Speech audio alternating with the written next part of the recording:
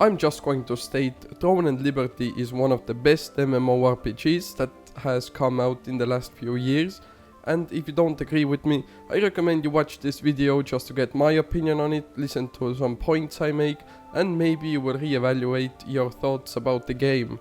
Now my first point will be that the game is not pay to win in my opinion, although people have different ideas of pay to win. So for example, in New World you had pay to play, so you can't actually enter the game before you buy it. So you have to pay $60 just to see if you like the game. Now on top of that they also add DLCs that you will also have to pay for, and they also have microtransactions, meaning you will just have to spend more and more just to play the game and play to win. So New World is kind of pay to play, not pay to win, because you can still get most things with playing and you don't really have to pay if you don't want to. Now Lost Ark added a system where to progress you had to pay. Basically they made it so that it's impossible to do some things without paying. So in my opinion I'd count that as pay to win, because you simply cannot exceed that level, or you're stuck somewhere if you don't pay, or you need to grind thousands and thousands of hours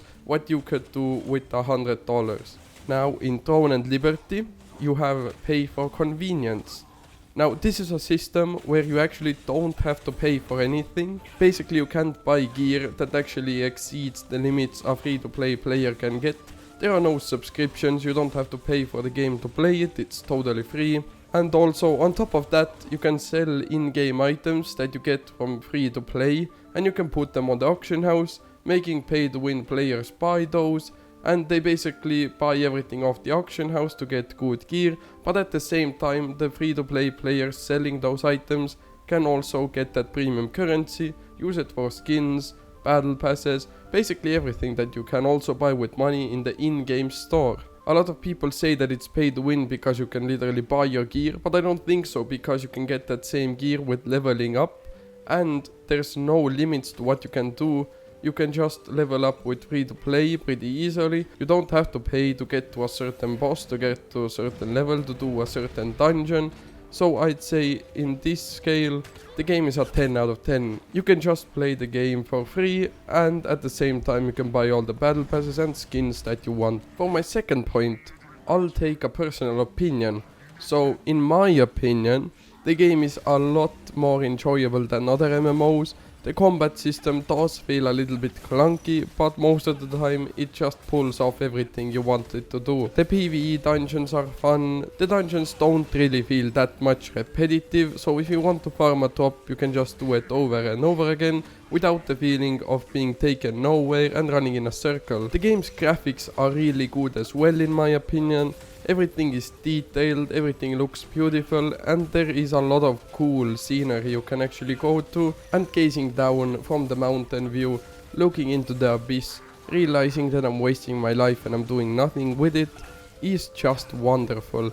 It makes me feel warm inside, or cold most of the times, but I still do it because it's fun. Although the game is an MMORPG, it doesn't require that much time per day for you to play. I feel like the game does kind of give more options to the casual players rather than the hardcore players, because there are less daily activities. Other MMOs usually have a lot of daily things, making you log on every single day and play for multiple hours, but I feel like this game lets you stack those hours up, and if you want you can just do it on the weekend. Meaning people who go to work and go to school can calmly just play on the weekends and have not missed anything out, and still get their dungeons, get their dailies in. For my third point, I will say that the new player experience is not that confusing as it is in other MMOs, and also I find it quite easy to get around here. I think all the quests and all the different mechanics are spread out evenly, and you can just do something whenever you want usually, but they're also kind of leading you towards a specific path to make you level up and get to the other content that's provided by the game. A lot of MMOs just kind of throw you in the water, so you reach max level and you don't know what to do anymore, but I feel like Throne and Liberty perfectly does the transition from level 40 to 50, and you actually don't do the quests anymore, but during the quests they kind of teach you everything you need to know, where the dungeons are, what you need to do to level up, where the crafters are, how you craft, what you have to do. So I feel like this game is pretty easy to understand as a beginner, and it's not as difficult as, let's say, World of Warcraft, New World, Lost Ark. Albion Online is one of the worst starter games in my opinion, because you don't really have any guides going into it. You basically have to start just telling you this is a sandbox, do whatever you want, gather this, craft that, goodbye, good luck. Even after level 50 I feel like this game actually tells me what to do, and there are specific things that I have to figure out myself, but usually the game kind of pushes me towards it, so I figure out what I'm doing and what I gotta do. For my fourth point, I'm gonna say that the game has a lot of classes which you can choose from, and you can also switch around in the late game if you want. Although you will not be at the same level where the others are who started with the same build you switch to, it's still a good opportunity to actually swap weapons if you don't like something, and you don't really have to create a new account to start leveling up again. Now the game has not many weapons, but if you combine those weapons you get a lot of classes. Now there are not specific classes you have to play or you have to have.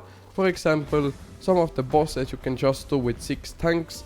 Since the tanks use a sword and shield and a greatsword, they usually just have enough self-sustain to just do the bosses on themselves. I love how the game offers a rock, paper, scissors method, meaning that one class or one weapon beats the other weapon. So for example, assassins can just one-shot any kind of healer or mage, but the tanks can just hold the assassin still until the assassin gets one shot or 2 shot or killed eventually. And at the same time, the mages with slowing abilities can outkite tanks, but assassins usually have to get close to do their work so the tanks can grab them off then. So this means each class has a counter, and each counter has another counter, meaning the infinite loop starts and there's not exactly one strong overpowered class. Everything gets beaten by something, at least in PvP. Now, as my fifth point, I would have to say that a lot of people like this game, meaning the community is big around it. There are a lot of people playing it constantly, there are a lot of guides, there are a lot of questions, there are a lot of answers. This means that you won't have long queue times in dungeons, of course if you're not that slow in the head. This also in my opinion makes the game more fun to play in a social point of view,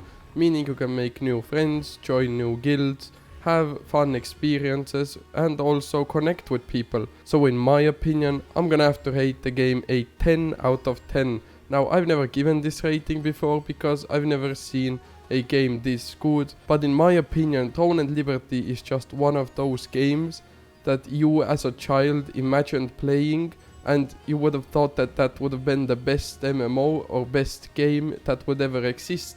And I think it finally is this game, although a lot of people have mixed opinions. This is what I feel about it, so please don't flame me in the comments. Otherwise, thanks for watching. Don't forget to check out my Discord and Twitch in the description. Otherwise, good luck on your adventures. He spreads my cheeks and he makes me scream.